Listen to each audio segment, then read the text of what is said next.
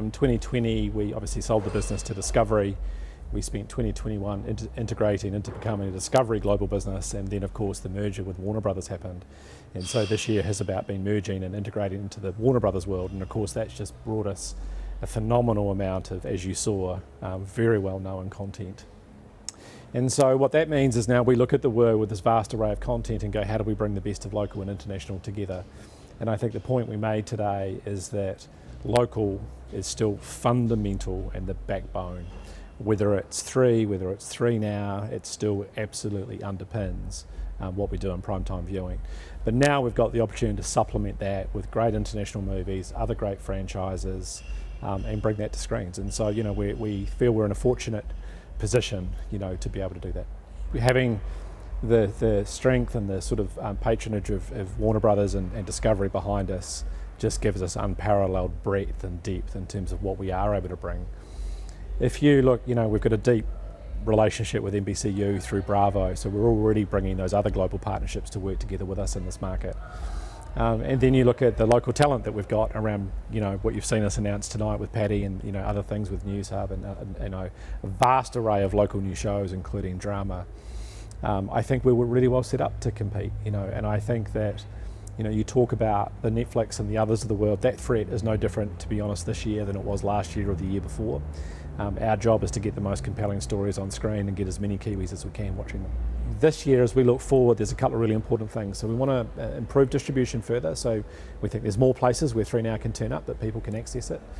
We think there's a lot more we can do now with the volume of content, and we think the user experience can still improve from where it is. Like, we think there's a lot of good things that we can do over the next 12 months. And then you've heard about us introduce fast channels, and look, that's the fastest growing digital video segment in the world now. And the reason we're capturing that is because the behaviour we're seeing on 3 Now is people want to live stream more and more and more. People aren't necessarily connecting to an analogue or a satellite television screen anymore. They're going straight to IP via their television. And so we've got to be there. And fast channels are a very accessible, laid back, lean back, linear type experience delivered via IP. And because of the vast range of content we've got, it's a really efficient way to get that content out to audiences in a way that they're already used to consuming. It could be thematic based on your lifestyle. It could be, you know, your particular demographic of where you are. It could be, you know, we might just have movies that are playing. There's a vast range.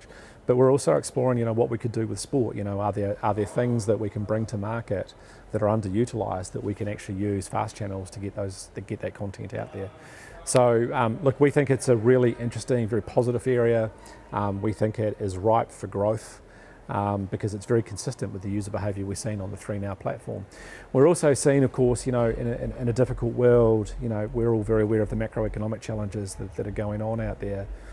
And, you know, this year you've seen with the big global streamers churn happening for the first time, you know, that all of a sudden the peak market where they thought it didn't exist, streaming could just keep growing. It did hit a peak. And we're seeing people now churn away because, you know, as times get a little bit more difficult and inflation bites, they are now moving away from those services and choosing services that are free and ad supported. And so we think it's a really good opportunity. You know, mix of technology is right, the content proposition's right, and the environment is right. And we're doubling down on the partnership with Sky. When we talk about, you know, CNN in the context of what we did today, it certainly wasn't taking the CNN channel away from Sky at all. We were talking about how do we editorially share more with CNN, how do we bring more of that content through to work in partnership with News Hub. We think that's a very positive thing. We also think that's a positive thing for Sky around reinforcing the CNN channel that's on their platform. You know, we're in deep discussions with partnership opportunities with Sky on the sport front, and we want to continue to do that. And our channels, you know, they do a really good job on Sky, and we think they're an incredibly important partner. And so there's no plans to change that anytime soon. There is a exclusive window of content that will always go to Sky first for a period of time. That's going to be really important for us. And so we're not talking about moving away from that model at all. The things that Sky do today, and they do very well, we want them to continue to do well. We want to continue to support them in that.